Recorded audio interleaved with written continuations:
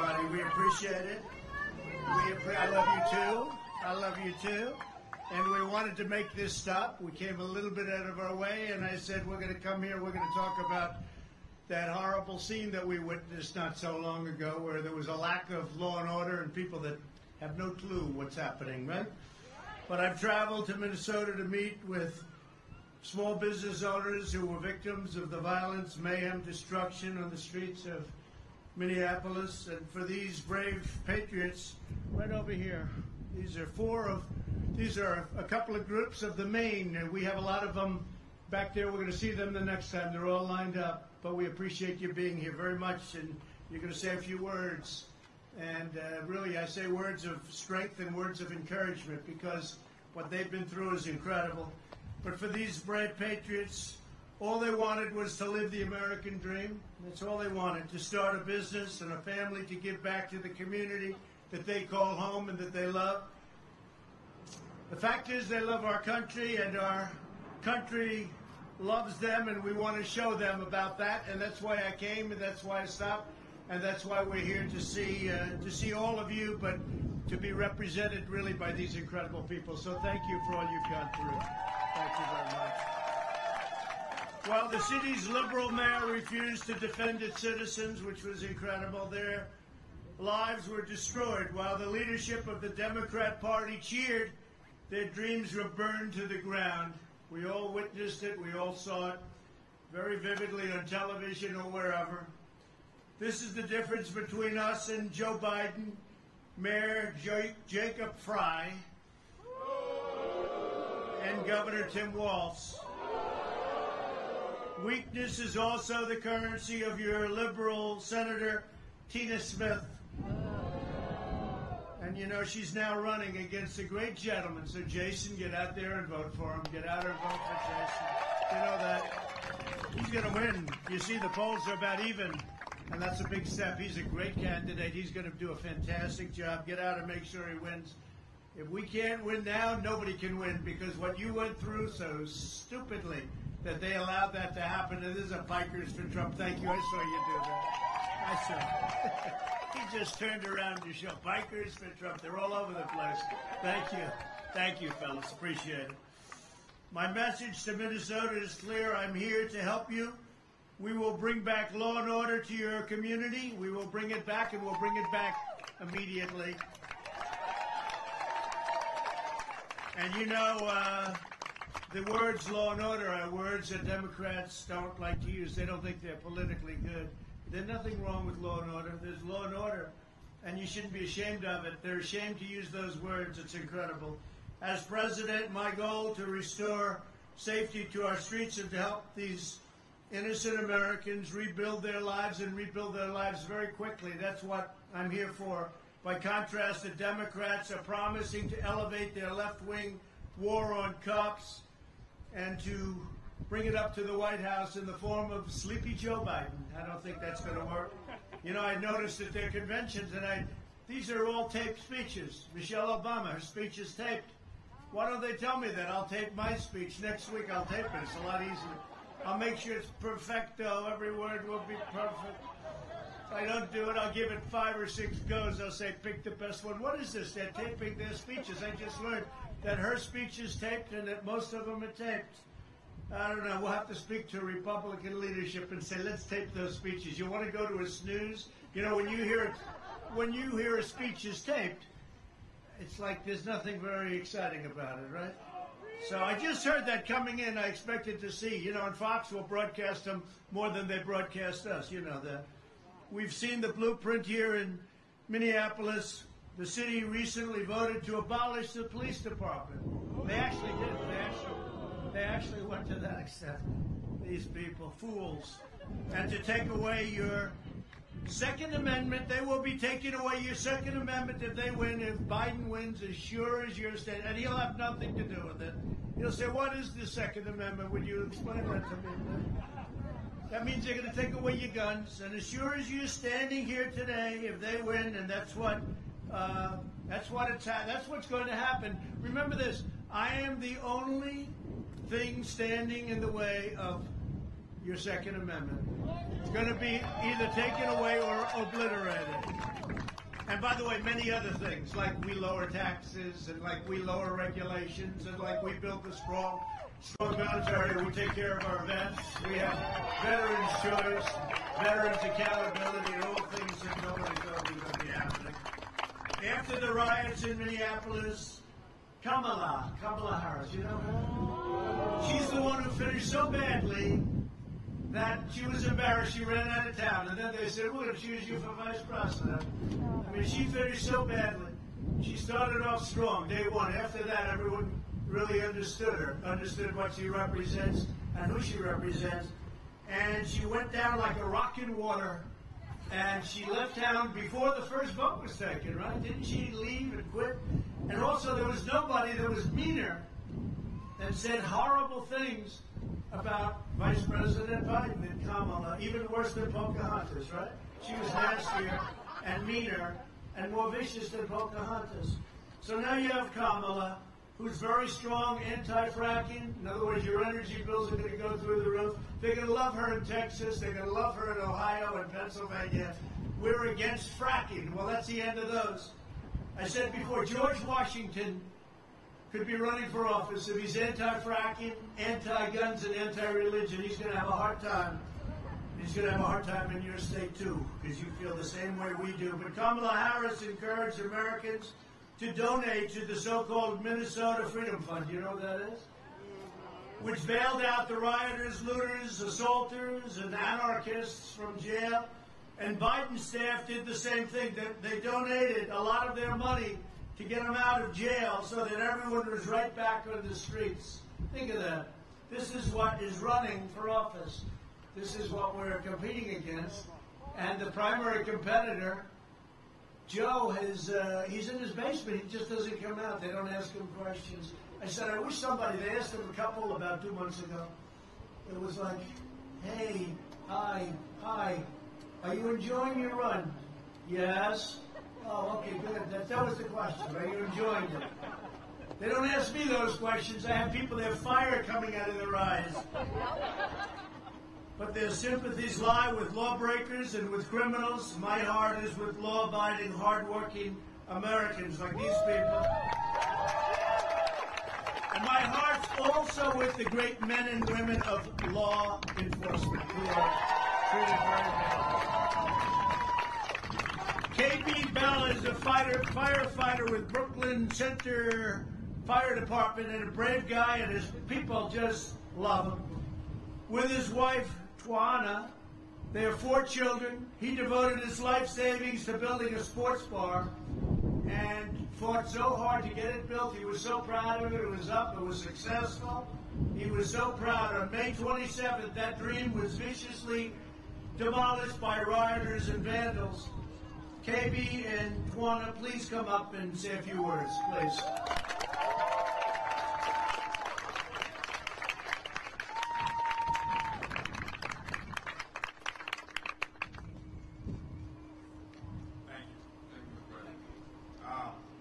My name is KB Bala. I'm a firefighter, also a businessman. This is my wife, Twana Bala. I have 4 kids out here in Minnesota. I immigrated from West Africa, like been there for over 25 years. Always dreamed about opening my own bar and restaurant. That's something that I have dreamed about. So my wife and I worked so hard, saved up to have our dream come true. So it was a blessing that we could finally, get to see that, But due to the rioting that happened in the city, our bar was burned down, and we had to start over. But there's a silver lining through the whole story that the work came together. Everybody was a lot of support. There was a lot of prayer. There was a lot of donation. And now we're in a better position to rebuild. So we were just grateful and blessed for the opportunity to start over. Will you be rebuilding? Will you be rebuilding? Yes. And you have the financing to rebuild and everything? Working on it. Are you close? Close but not close enough. How much will it be? How much are you going to need? We're looking at a new building right now to purchase, and it's on the market right now for $1.3 million. had a real success, right? You built a real success out of it. Yeah. Right. Well, maybe we can help you out a little bit with government too. We'll try. We'll try. All right, we'll see what we can do. Okay? That's great. What a beautiful couple. Thank you. Thank you both very much. Let's give it a shot. Thank you.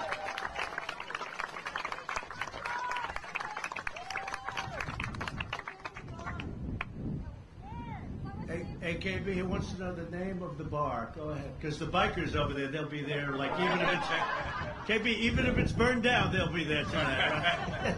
It's called Scores Sports Bar. Sports Bar. Okay? Great, thank you. That's great. We'll work on that. Jim Stage owns Lloyd's Pharmacy in St. Paul. A lot of people know Lloyd's, which has operated in the same building for more than 100 years. Until it was set ablaze and burned by the anarchists. They're anarchists. Everyone says, oh, don't use that term. Don't use that term. Radical left. I'll go radical left anarchists. Okay, you don't mind. Until it was set ablaze. It was burned down to the ground viciously. I saw it on television burning. I said, what a shame. Jim, please come up and say a few words, please. Thank you, Jim. Thank you, Mr. President. My name is Jim Stage. I grew up in the Midway area of St. Paul. I grew up going to Lloyd's Pharmacy as a kid, became a pharmacist and purchased the pharmacy in 2014. And as Mr. President said, on the night of May 28th, my pharmacy was looted for 5 hours, and then it was burned to the ground that evening. We do plan to rebuild in the same location. We hope to open up the spring of 2021. Since the building was destroyed, because we were a pharmacy, we had to triage the patients out of another location, Setzer Pharmacy in Roseville, for 6 weeks. In the meantime, we built a satellite location pharmacy, and we got that up running 6 weeks, and we are servicing the Midway area of St. Paul right now out of that location. We continue to service that neighborhood now and will until we get the new building rebuilt. I appreciate the leadership, Mr. President, and the government leaders for anything they can do to uphold law and order in the neighborhood, in the community, so my customers, my employees will feel safe to work and to be about in that city. So thank you, Mr. President, for fighting for law and order in the American cities, and we ask that other politicians rise to the same challenge of protecting our businesses and our neighborhoods. That's what we need. Thank you, Mr. President. Jim, so you own the land. Are you rebuilding the store, the pharmacy? Yes, sir. So you're rebuilding it. Has it started already? The debris has been removed. We haven't broke ground yet. We're hopeful to late August, early September. Is the city at all working with you? Are they helping? Yeah, there's been a little bit of hiccup with the debris because of No, I guess they want you to pay your taxes before they remove the debris. Yeah, there was a little bit of that. Yeah, there was more on that in Minneapolis, but in St. Paul, the city of St. Paul worked a little bit better with us on that. All right. Whatever we can do, we're going to help too. Okay? Thank you, Mr. President. Thank you, Jim. Jamarcus Merger's auto repair shop was looted, burned, and completely destroyed. Then the city of Minneapolis told him he had to pay property taxes before they would clear away the rubble. Same thing, Jim, right? Same thing as you have. Jamarcus, if you could come up and say a few words as to what you're going to be doing, and we'll see if we can help too. Thank you. Thank you. Thank you, Mr. President. Hi, everyone. My name is Jamarcus Merger. I moved to Minnesota from Ethiopia 15 years ago. Following the protest of the killing of George Floyd in South Minneapolis, my auto repair shop, which is located on 36th and Nicollet Avenue, was completely destroyed. The contents and customer vehicles and my own tow truck is completely gone. I'm here to build a new life and pursue American dream. And I'm here today to say no to this kind of action. Nobody should not be through this, and this should not be happen to anyone. And when there is a law in order, so thank you, Mr. President, for being here for us and for the others. Thank you very much. Well, thank you very much, and good luck with it. Good luck. You feel confident about the future? Yes, we already cleaning. We are already cleaning up and start rebuilding it. It might take time. This is the only way myself and my two little ones live from. I'm strong. I'm here to fight and to stand up again. That's great. Thank you. Great. We'll be with you too. Okay. And I think we have one of our stars. Is that Kaylee over there? Is that Kaylee? Oh, Kaylee, come here. Kaylee. Hasn't she been a great spokesperson? We've had some very good ones. Kaylee, maybe say a few words, Kaylee. We love you, Kaylee! Hello, Minnesota. It's great to be here with you. It is such an honor to work for the law and order president. When Democrats have not taken action, children have been dying in their streets, this president has taken action. Operation Legend, named after 4-year-old Legend Taliaferro, who was shot in his bed, was led by this president. And guess what? As of Friday, we could announce that the killer, suspected killer of Legend Taliaferro, has been found, has been charged, thanks to the law and order president. Thank you. Great job. Thank you very much, Kaylee. John Wolf owns the Chicago liquor store. It's called Lake Liquor, and he had a tremendous business, which has been on the same corner, John, I think since 1972, right? 1972. His business was looted and set on fire, causing over $1 million in damage. John, please come up, tell us what happened and what we're going to do about it.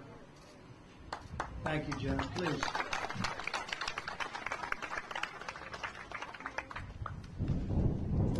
President Trump, welcome to Minneapolis, and thank you so much for coming.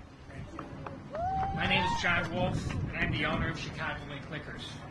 A business has been a fixture in South Minneapolis since 1959. In the early morning of May 28th, my business was broken into. I called 911 over 10 times without any response, all while watching looters damage my building and haul away product. The feeling of helplessness I had, knowing that no one was coming, is indescribable. I faced 3 nights of looting, 6 fires, 3 feet of standing water, over $1 million worth of stolen and damaged product. There is nothing more important for elected officials than providing safety to residents and businesses. Without that, nothing else works. We are currently experiencing real problems that have real consequences, and we need real leaders that make tough decisions. Politicians can't bury their heads and hope these issues go away. They won't. This isn't a social studies experiment. This is real life with real people. Action should have consequences. Has anyone been arrested for all this looting? The answer is no. Without consequences, people feel emboldened to do as they want. What we need is law and order. While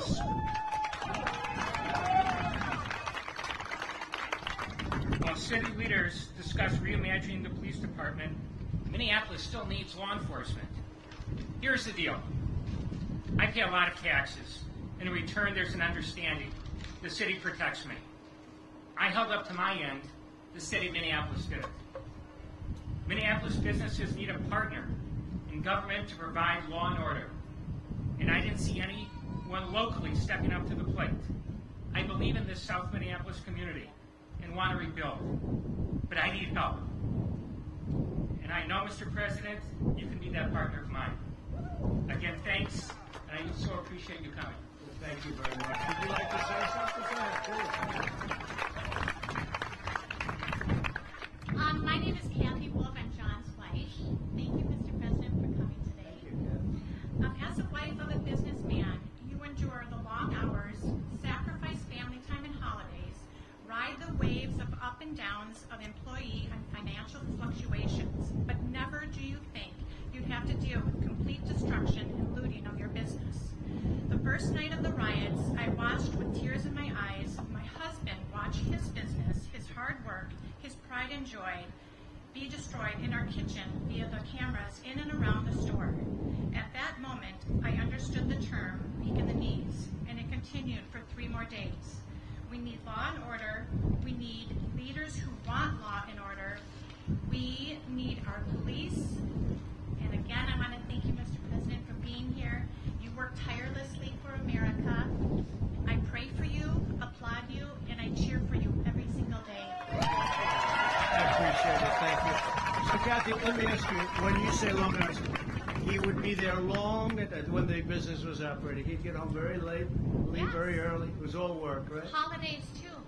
And then one day he saw these, what would you want to call them? Let's be nice. Let's be nice. Criminals. Anarchists. Yeah, criminals. Let's be nice. Criminals. We'll call them criminals. That's a nice word. But you saw this, and you saw this on television happening. We watched it in our kitchen with our children and cried. So, do you think you'll be able to rebuild on the existing site? Is it your land, or how does that work? Yes, I've had the land for 20 years. So it's yours. You have the land. Right? I am. I want to be the leader in the community. I'm going to rebuild. We need help. We need help from the city. We need help from... You have somebody good going to run for mayor and going to run for governor? You know, because when we called out the National Guard that stopped it, did you see that scene? But they should have called them out. You know, it's up to local to call them. But the National Guard came. It was all quelled in like 2 minutes. Remember that? They lined up and they started, and we weren't politically correct. It was tear gas and it was whatever. You know, now they don't want you to use tear gas or pepper spray or anything. They want the police and law enforcement to really get hurt, if you think. But they lined up, and from the minute you saw the first, the second, the third, they came in buses in a wave, and there were 4 deep, 5 deep, and they just walked like there was nothing to it, like a knife cutting through butter, and it was all over. That was it. They should have done it. They should have called us a lot sooner. We wanted to go. You know, we have to get called by them. Otherwise, we have to do a very special act, and that's a big deal. But I wish they did. So you still have faith in the community. I do. I have faith in the residents. I have faith in the other businesses. But we need help. I mean, it's an ecosystem where residents need a place safe to live. Businesses need to be protected. Visitors need to feel comfortable. But with that, we need the local government to protect all of us. And that didn't happen. If the National Guard would have been brought in 48 hours earlier, things would have been different. And if this wasn't a time to bring them in, when is the time? Well, there was no better scene than watching the National Guard on that street, and that was a street loaded up with bad people. And they just started moving forward, and they never moved an inch backward, did they? I'll never forget that scene. I said, why didn't they do that 5 days sooner? Because they could have. We were calling, call up the National Guard. We don't need them. Really, your police just ran down the street. And by the way, you have very good police, but they told not to do anything. It's not the police. Your police are great, but it's that they weren't allowed to do what they're supposed to be doing. You know, we just got the endorsement of the New York City Police Association, which is amazing. All over Texas, all over Florida, all over everywhere. Ohio, we have the endorsement of the police groups. I don't know, I would say 100%. Perhaps there's something, I don't know, maybe there's a little group that we don't know about. But all they had to do is be there a little bit sooner. And we were calling saying, call up the National Guard. But they didn't want to do it. I don't know if it's pride or stupidity. It's one or the other, maybe both. Maybe both. So we'll give you a hand, okay? We're gonna see what we can do. And great job. You did a much better job than he did. Great job. Thank you, John. Thank you, guys. I also want to thank a couple of groups I see here, the Bikers for Trump. And these guys are amazing.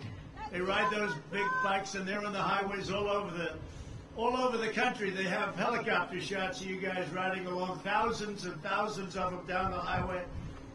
I wonder what happens with the guys innocently driving down a highway, and then he sees guys like you driving it a little bit faster,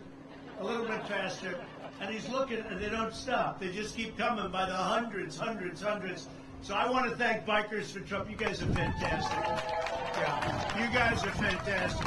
Got a lot of friends. They come over to the White House. And the others, voters for Trump. This just started. It started with one great gentleman. He had a boat, and they didn't want him to put up a little sign on his lawn that said, Trump Pence, right? Little sign. He said, I'll put it on my boat. He put it on the side of his boat. and all of a sudden they had thousands of boats, and then really what happened, it developed all over the country. Where there's a lake, a river, or an ocean, you got thousands of them every weekend, and they just broke the record supposedly in the Guinness Book of Records for the most boats. We'll call that a friendly protest, right? Because when you call it a friendly protest, you can do anything. You know that, right? They do that. You can't go to church, you can't do anything, but if you're protesting, that's okay. So we call it, everything should be a protest. Maybe the churches should call themselves protesting. If they protest, they can open up their church. That's the governors on the left. That's the Democrats. And remember, get out there and vote. You have a great Republican, Jason, great Republican Senate candidate, and he's going to do a fantastic job representing you. That's what you need. You need representatives, whether it's a mayor or a governor or senator. You got to get the right people. You'll have no problems whatsoever. Your names were given to my people, and we're going to see what we can do for you. We'll help you out a little bit, and you might be very surprised. We'll get you going. But thank you all, and at the Democrat convention this week, we will not hear a word about these innocent victims or the left-wing violence that's taking place. And you know, I have to say that this country is very safe. We have many, many cities, and mostly, I mean almost all, are very safe, very well run. They happen to mostly be run by, I hate to say it, by Republicans, but they're very well run. They have law and order. They have low taxes. They're doing fantastically well. Despite the virus coming in from China, we're doing great on that too. We're very close to the vaccine and therapeutics. We've done ventilators to a level that we're helping the rest of the world with the ventilators, and we've done really well. We have a lot of good news, and way down in Florida now, way down in California, way, way down in Arizona. The governors have done great all over the country. I mean, for the most part, the governors have really done well, and they've helped. But they needed a lot of help because they weren't stockpiled, and we now stockpiled them. And you'll see it's a lot of good things are happening. It's going away, but we're also going to have vaccines very soon. And very soon we're going to have therapeutics, which to me is even more important. You go in and you give somebody a shot, or you give them a transfusion, and they walk away very shortly thereafter, and they say, I'm feeling good. To me, that's what I really want, and that's going to happen probably faster anyway. But I just want to thank everybody for being here. While I'm president, I will fight for a future for every American city. And again, most of these are really incredible, safe, beautifully well-run cities. We want every American family to be secure, and every child, we want them to be able to achieve the American dream, just like these incredible people. They will again achieve the American dream. We took it away from them. With no law and order, we took it away. Could have been easily kept, but they will achieve again, a second time, the American dream. So I just want to thank you for being here. This was a very quick stop. I said, let's stop. They said, well, you know, I don't know. We don't have time. I said, I have time. I don't know about you, but I said, I have time. And just really and very strongly, God bless you all. God bless our law enforcement, our police. God bless our fire department. Our fire department was really very brave. They are all over the country. They're incredible. So I want to thank them also. And we will see you, and remember, November 3rd, that is going to be the most important election in the history of our country. That is going to be an election like no other. Even 2016, as important as that was, it was different because they weren't crazed at that time. They weren't so far radical left. They didn't want to destroy our country. But now they're looking at people that have very bad intentions, in my opinion. So remember, November 3rd, get out and vote. You have to get out and vote. Thank you all. Good luck. Got to win this state.